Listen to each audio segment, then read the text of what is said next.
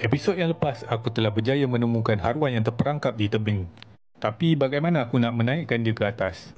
Sebenarnya banyak kali dah aku pakai soft rock, tapi haruan ni dia tak nak gigit soft rock tu.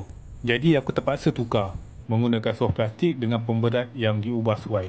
Kapit hijau ni sangat-sangat tebal. Kalau baling SP dengan hook biasa, memang dia tak tenggelam.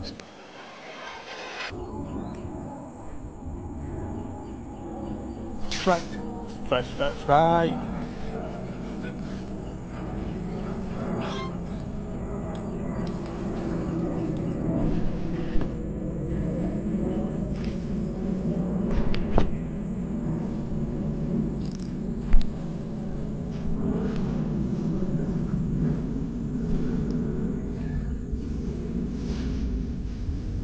Macam mana aku nak angkat ni, geng?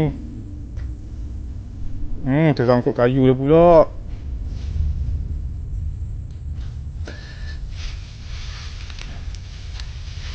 Aduh, tak ada lagi ketak ni.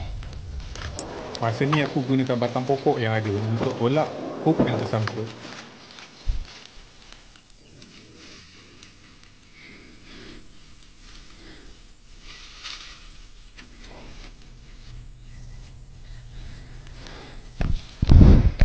Hanya haruan tebing hanya.